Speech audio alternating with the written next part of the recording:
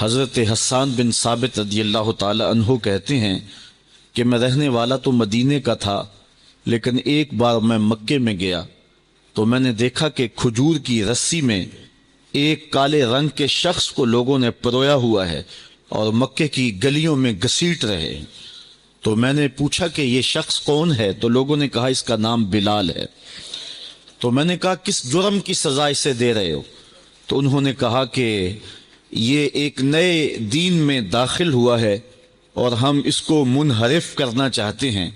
کہتے میں نے دیکھا کہ وہ جوں جوں گھسیٹتے اس کی زبان پر احد احد کی صدا تیز ہوتی چلی جا رہی تھی۔ زخم پہ زخم کھا کے جی، خون جگر کے گھونٹ پی، آہ نہ کر لبوں کو سی، یہ عشق ہے دل لگی نہیں۔ یہ چند لمحوں کے لیے دل بہلانے کی کہانی نہیں ہے کہ جس محبت میں سختی آئی تو راستہ بدل لیا۔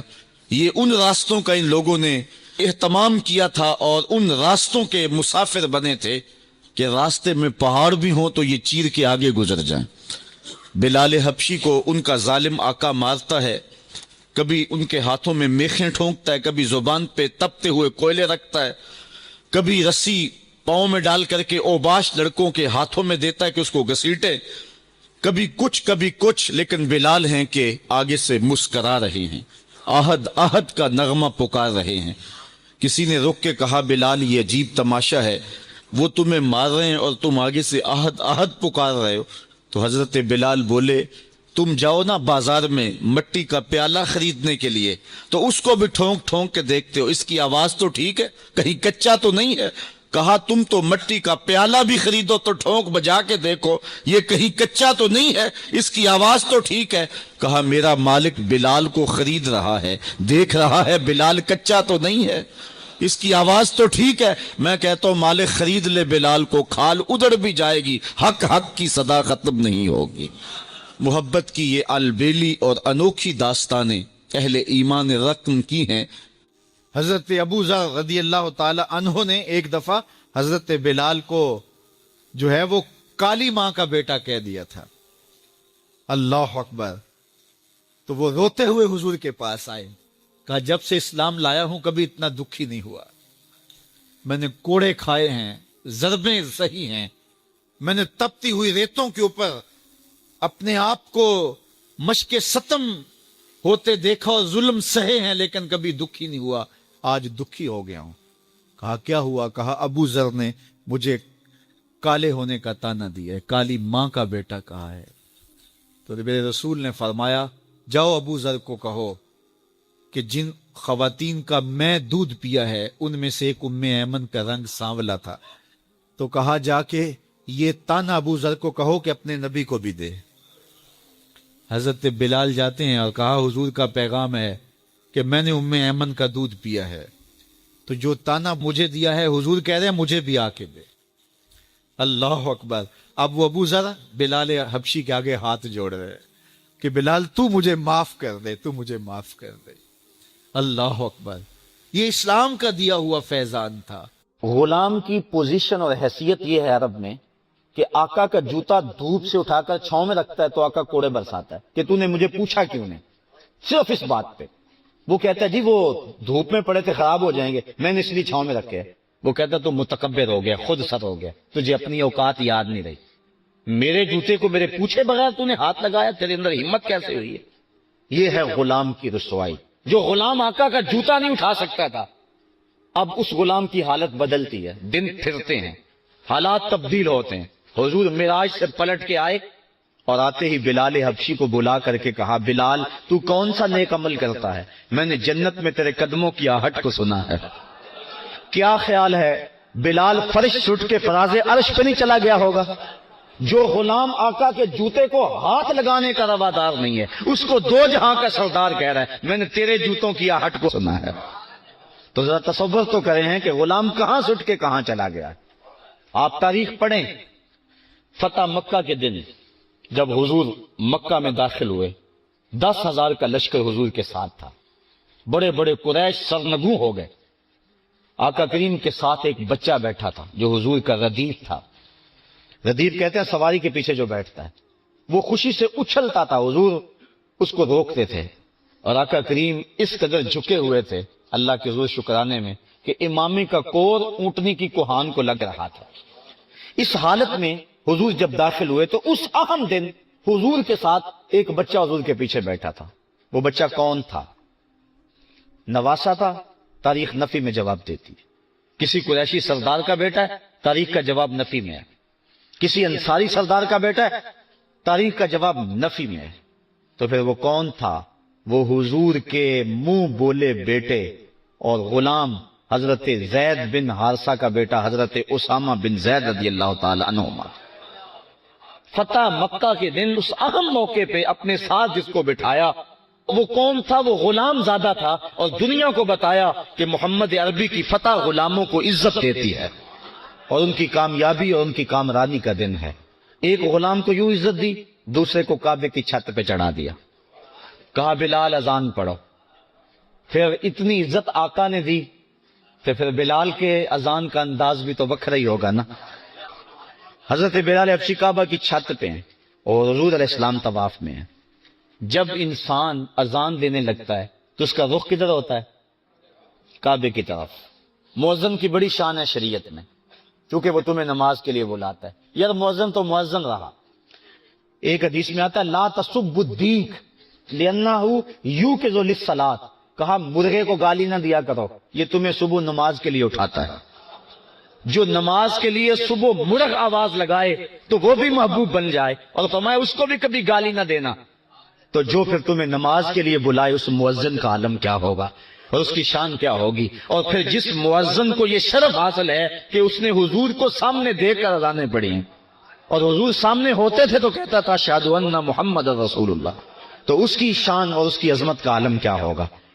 تو اذان جب دے تو رخ کرتے ہیں قبلے کی طرف، اور جو کعبہ کے اندر چلا جائے وہ تو جدھر رخ کرے گا قبلہ ہے، جو حتیم میں چلا جائے جدھر رخ کرے گا قبلہ ہے، جو کعبۃ اللہ کی چھت پہ چڑھ جائے وہ تو جدھر رخ کرے گا قبلہ ہے۔ اب وہ رخ کدھر کرے گا؟ جدھر مرضی کر لے قبلہ ہوگا۔ حضرت بلال حبشی جدھر بھی رخ کر کے اذان دے دیتے ادھر ہی قبلہ ہوتا، لیکن حضور طواف کر رہے ہیں اور بلال حبشی نے اذان شروع کی، اور جدھر جدھر حضور جا رہے ہیں وہ رخ ادھر ادھر موڑتے چلے جا رہے ہیں۔ حضرت اسامہ بن زید بن حارثہ رضی اللہ تعالی عنہ حضور کے منہ بولے بیٹے حضرت زید بن حارثہ کے فرزند ہیں، بلکہ آقا کریم علیہ السلام ان کے ساتھ بھی بہت زیادہ پیار کرتے تھے۔ ایک دن حضرت اسامہ کی ناک بہ رہی ہے تو حضور علیہ الصلوۃ والسلام جو ہے ناک صاف کرنے کے لیے ہاتھ آگے بڑھایا، تو حضرت عائشہ رضی اللہ تعالی عنہا نے کہا کہ حضور میں ناک صاف کر دیتی ہوں، تو حضور نے فرمایا عائشہ اسامہ سے میں بھی پیار کرتا ہوں، تو بھی اس سے پیار کیا کر۔ غلام زادوں کے ساتھ محبت کا یہ لہجہ اور الفت کا یہ انداز آپ کو کہیں نہیں ملے گا۔ فتح مکہ کے دن حضور علیہ السلام کا جو ردیف تھا، حضور کی سواری کے اوپر حضور کے ساتھ جو سوار تھا وہ ایک بچہ تھا۔ تاریخ سے پوچھی، حضور کا نواسا تھا، جواب نفی میں ملے گا۔ کسی قریشی سردار کا بیٹا تھا، جواب نفی میں ملے گا۔ کسی انصاری سردار کا بیٹا تھا، جواب نفی میں ملے گا۔ وہ کون تھا جو اس اہم دن حضور کے ساتھ حضور کی ناکہ پہ سوار تھا اور خوشی سے اچھلتا تھا، حضور روکتے تھے، آقا کا سر جھکا ہوا تھا؟ تاریخ کا جواب یہ ہے کہ وہ حضور کے منہ بولے بیٹے حضرت زید بن حارثہ کا بیٹا اسامہ بن زید تھا۔ دنیا کو بتایا کہ محمد عربی گروہوں کو اٹھانے آئے ہیں اور غلاموں کو عزت دینے آئے ہیں۔ ایک غلام کو اپنے ساتھ ناکہ پہ بٹھایا ہے اور دوسرے غلام کو کعبہ کی چھت پہ چڑھا دیا، کہا بلال یہاں کھڑے ہو کر کے اذان پڑھو۔ محبتوں کا یہ انداز آپ کو کہیں نہیں ملے گا۔ جب اسلام کا نور چمکتا ہے، اجالے پھیلتے ہیں، تو ایک کالے رنگ کا غلام جس کا نام بھی اسود ہے، اسود ویسے بھی کالے کو کہتے ہیں، اس کا نام بھی اسود ہے، حضور کی بارگاہ میں حاضر ہوتا ہے اور کہتے ہیں حضور اگر میں اسلام لاؤں تو مجھے کیا ملے گا؟ وعدہ جنت بھی دیا جا سکتا تھا، دوزخ سے نجات کا پروانہ بھی ہاتھ میں تھمایا جا سکتا تھا، لیکن حکیم نبی کیا جواب دے رہے ہیں؟ حضور علیہ السلام اس کو کیا ارشاد کر رہے ہیں؟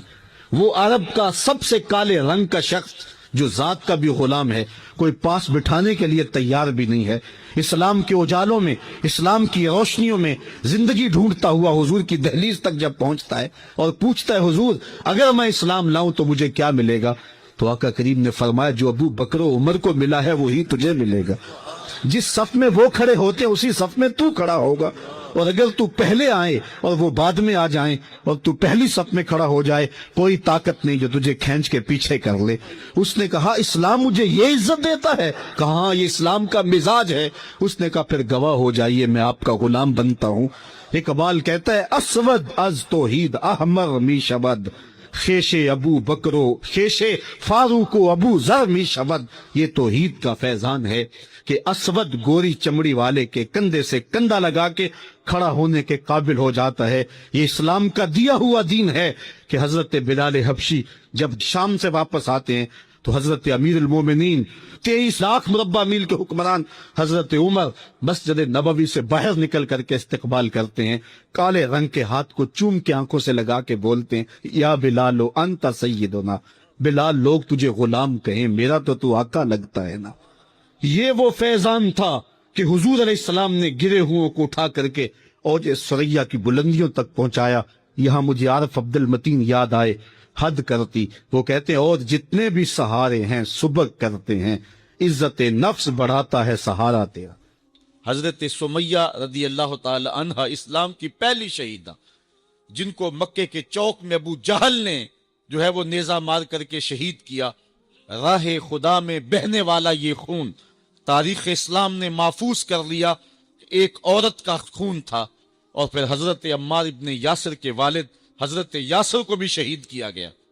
دونوں ماں باپ شہید ہو گئے اور بیٹا پھر بھی ڈٹا ہوا ہے۔ کافروں نے حضرت عمار ابن یاسر کو پکڑ کے تپتی ہوئی آگ میں ڈال دیا اور انہوں نے رخ کیا حضور کے کاشانہ انور کی طرف، اور آنکھوں میں آنسو امڑ آئے تو کافر سمجھے شاید جلتی ہوئی آگ کے شعلوں سے اور بھڑکتے ہوئے کوئلوں سے ڈر گیا ہے۔ کہا عمار گھبرا گئے ہو، تمہیں ان تپتے ہوئے کولوں سے باہر نکال لیا جائے؟ تو یہ حضرت عمار مسکرا کے کہنے لگے میں ان تپتے ہوئے کولوں سے نہیں ڈرا، میں تو راہیں تک رہا ہوں، جس محبوب کے لیے دکھ سہ رہا ہوں کبھی وہ جلوہ فراز بھی تو ہو جائے نا۔ اچھا ادھر غلام تڑپا، ادھر آقا تشریف لے آئے۔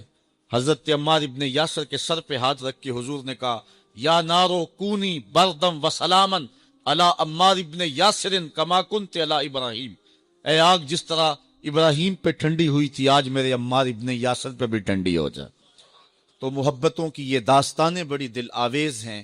تو اللہ تعالیٰ جل شانہ نے جب اپنے محبوب علیہ السلام کے غلاموں کے ساتھ یہ ہونے والے ظلم اور اس جبر کی رقم ہوتی داستان کو دیکھا تو سورۃ الفجر تب نازل ہوئی تھی۔ ایک طرف اہل ایمان کو تسلی دی کہ اگر تمہیں دکھوں میں مبتلا کیا گیا ہے تو کوئی نہیں، تم سے قبل بھی جو لوگ اس راستے کے مسافر ہوئے ہیں ان کو بھی انہی راہوں سے گزرنا پڑا ہے، اور وہ بھی عظیمت کی یہ داستان رقم کرتے ہوئے آئے ہیں۔ انہوں نے بھی جو ہے وہ سولیوں پہ اور فصیلے دار پہ اپنے سروں کا چراغاں انہوں نے بھی کیا ہے، اور راہ حق میں ہر دکھ اور ہر تکلیف انہوں نے سہی ہے، حتیٰ کہ زنجیروں نے ان کی ہڈیوں تک جو ہے وہ نشان چھوڑے، لیکن پھر بھی وہ راہ حق سے منحرف نہیں ہوئے۔ ایک تو ان کو تسلی دی، اور دوسری طرف قریش کو یہ بتلانا مقصود تھا کہ تم سے قبل بھی بڑے سرکش، بڑے نمرود، حامان، شداد اور بڑے ظالم اور جابر ہوئے ہیں، لیکن آج تم دیکھو کہ ان کا نشان بھی باقی نہیں رہا۔ اگر نشان باقی رہا ہے تو حق کا نشان ہی باقی رہا ہے۔ اس لیے سورۃ الفجر اس ماحول میں نازل ہوئی ہے جب کہ جو ہے وہ اسلام کے اوپر اور اہل ایمان کے اوپر سخت آزمائشیں تھی اور سخت جو ہے ان کے اوپر تکلیف تھی۔ فجر کی قسم کھانے کا ایک مقصد تو یہ تھا کہ ان کفار کو یہ کہنا تھا کہ جس طرح فجر طلوع ہوتی ہے اور رات ختم ہو جاتی ہے، یہ زندگی بھی جو ہے جو تم گزار رہے ہو ختم ہوگی، اور آخرت کی زندگی میں تم نے قدم رکھنا ہے، اور صبح قیامت طلوع ہونے والی ہے۔ اور دوسری طرف اہل ایمان کو تسلی دینا مقصود تھا کہ راتیں جتنی بھی لمبی کیوں نہ ہوں، پو تو پھٹتی ہے اور اجالے تو نکلتے ہیں، ایک وقت آئے گا کہ اسلام کا پھریرا دنیا کے اوپر لہراتا ہوا نظر آئے گا۔ آج کی قربانیاں کل کے لیے سکھوں کا سامان بن جائیں گی۔ ساغر صدیقی نے کیا کہا تھا کہ آج تو ہیں یہ جسم آلودائے گرد سفر، آج تو ہیں یہ جسم آلودائے گرد سفر، کل انہی جسموں پہ منزل پھول بھی برسائے گی۔ آج مکے میں ستم ہیں، کل مکے والے ہاتھ باندھ کے کھڑے ہوں گے، تو وہ لمحے بھی آنے والے ہیں۔ تو فرمایا قسم ہے صبح کی، والفجر، قسم ہے صبح کی،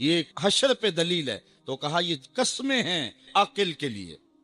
ہم گروہوں میں بٹ گئے، ہم فرقوں میں بٹ گئے، چھوڑ کے آپ کا دامن رحمت آقا ہم سے بھول ہوئی، کھو دی اپنی قدر و قیمت آقا ہم سے بھول ہوئی، دیکھ ہماری آنکھ مچولی اپنے سینے اپنی گولی، بھول گئے ہم درس اخوت آقا ہم سے بھول ہوئی، بن گئے سیموں زر کے بندے تن کے اجلے من کے گندے، لٹ گئی ہم سے فقر کی دولت آقا ہم سے بھول ہوئی، دنیا کے ٹھکرائے ہوئے ہیں تیرے در پہ آئے ہوئے ہیں، کھول دے اپنا باب رحمت آقا ہم سے بھول ہوئی۔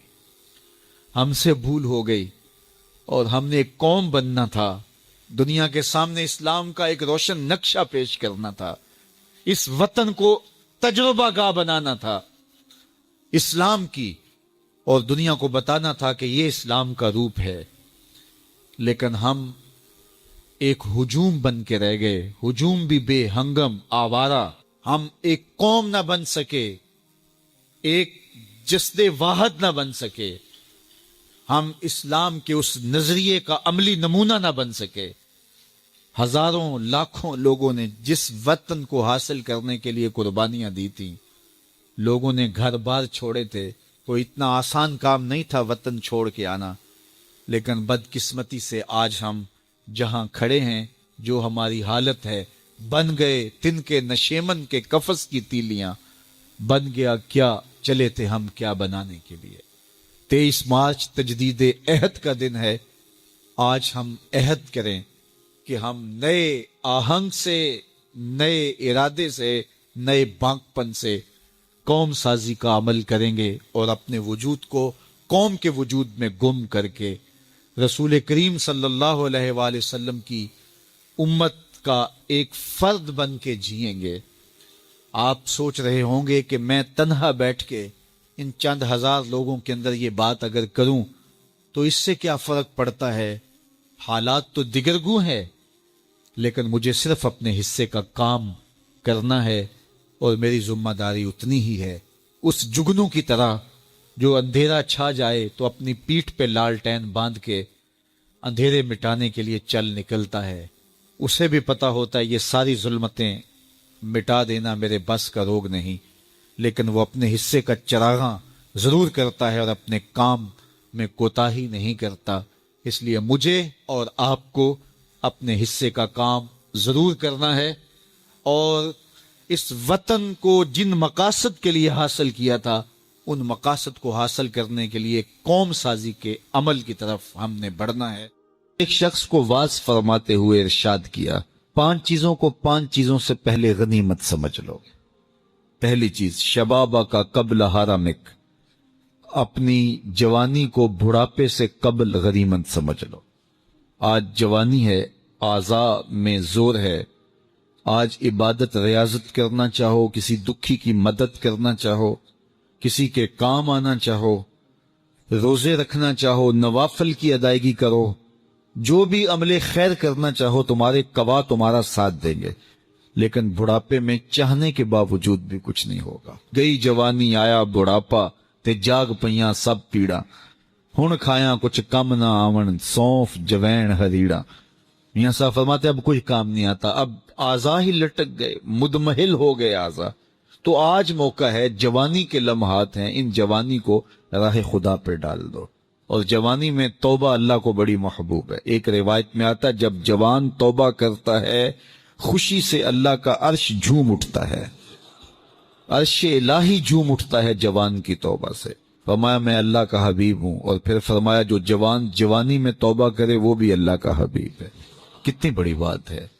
تو جوانی یاد الہی میں گزرے، ذکر الہی میں گزرے، تو فرمایا جوانی کو بڑھاپے سے قبل غنیمت سمجھ لو۔ پھر فرمایا صحت کا قبل سقمک، اپنی صحت کو بیماری سے قبل غنیمت سمجھ لو۔ صحت کے لمحات میسر ہیں، بیماری آتے دیر نہیں لگتی، تو صحت کو غنیمت سمجھتے ہوئے بھرپور فائدہ حاصل کرو، اور کوشش کرو، محنت کرو راہ خدا میں آگے بڑھنے کی۔ وغنا کا قبل فقرک، تیسری بات ارشاد فرمائی، اپنی غنا کے دور کو، مال و دولت کی فراوانی کے زمانے کو غنیمت سمجھو فقر سے قبل۔ کہتے ہیں غربت آتے ہوئے دیر نہیں لگتی، اوپر جاتے ہوئے وقت لگتا ہے، اوپر سے نیچے آتے ہوئے وقت نہیں لگتا۔ تو فرمایا کہ دولت تمہیں میسر ہے تو اس دولت کو کام میں لاؤ، دولت کو سنبھال کے نہ رکھو، یہیں رہ جائے گی۔ ایک کفن ایسا لباس ہے جس کو کوئی جیب نہیں ہے، یہاں سے کچھ کسی نے لے کر نہیں جانا اور نہ آج تک کوئی لے کے گیا ہے۔ سکندر ذوالقرنین جس نے پوری دنیا پہ حکومت کی، مرتے ہوئے وصیت کی کہ میرے ہاتھ کفن سے باہر رکھے جائیں تاکہ لوگوں کو پتہ چلے خالی ہاتھ جا رہا ہوں۔ سکندر گیا جب دنیا سے تو دونوں ہاتھ خالی تھے۔ تو اصل وہ ہے جو ہم ساتھ لے کے جائیں گے۔ میرے حضور نے فرمایا، ابن آدم کہتا ہے مالی مالی مالی، میرا مال میرا مال۔ فرمایا اس کا مال وہ ہے جو اس نے کھایا یا پہنا اور پرانا کر دیا یا اس نے آگے بھیج دیا۔ فرمایا باقی اس کا نہیں ہے، یہ اس کے وارثوں کا ہے، وہ کفن بھی میلا نہیں ہونے دیں گے کہ بانٹ لیں گے۔ تو فرمایا غنا کے زمانے کو غنیمت سمجھو فقر سے قبل۔ چوتھی بات ارشاد فرمائی، فراغت کے لمحوں کو مصروفیت کے وقت سے قبل غنیمت سمجھو۔ آج فراغت ہے، بہت کچھ کر سکتے ہو، گزرتے لمحات کے ساتھ ساتھ کندھوں پر ذمہ داریوں کے بوجھ بڑھتے چلے جائیں گے، پھر کرنا بھی چاہو گے فرصت نہیں ملے گی۔ تو فرصت کی گھڑیوں کو غنیمت جانو۔ پانچویں چیز ارشاد فرمائی، وَحَيَاتَكَ قَبْلَ مَوْتِكَ، اور اپنی زندگی کو موت سے قبل غنیمت سمجھو۔ آج زندگی ہے، چلو بیماری صحیح، اعضاء مدمحل صحیح، فراغت نہ میسر صحیح، دولت نہیں صحیح، کوئی بات نہیں ہے، اس کے حضور آنسو تو بہہ سکتے ہیں، اپنے گناہوں کی معافی تو مانگی جا سکتی ہے، جس طرح بھی بیٹھ کر کے لیٹ کر کے اس کے حضور عبادت کا رنگ تو اختیار کیا جا سکتا ہے۔ وضو نہیں ہو پاتا، اعضاء ساتھ نہیں دیتے، تیمم تو ہو سکتا ہے، لیکن ایک وقت آئے گا یہ سہولت بھی چھن جائے گی، یہ فرصت بھی باقی نہیں رہے گی۔ بندہ حشر کے دن جب پھنسے گا تو پھر کہے گا مالک ایک مہلت دے دے، دوبارہ دنیا پہ جاؤں، سجدے سے سر نہیں اٹھاؤں گا۔ تو حکم ہوگا نہیں، وہ وقت بیت گیا، تجھے فرصت ملی، وقت ملا، جوانی ملی، ڈوبتے سورج نے تمہیں روز پیغام دیا، اٹھتے جنازوں نے تمہیں روز پیغام دیا، لیکن تم نے عبرت حاصل نہیں کی۔ اب تمہارے لیے پلٹ کے جانا نہیں ہے، اب تم یہی رہنا ہوگا اور اپنے گناہوں کی سزا گوارا کرنی ہوگی۔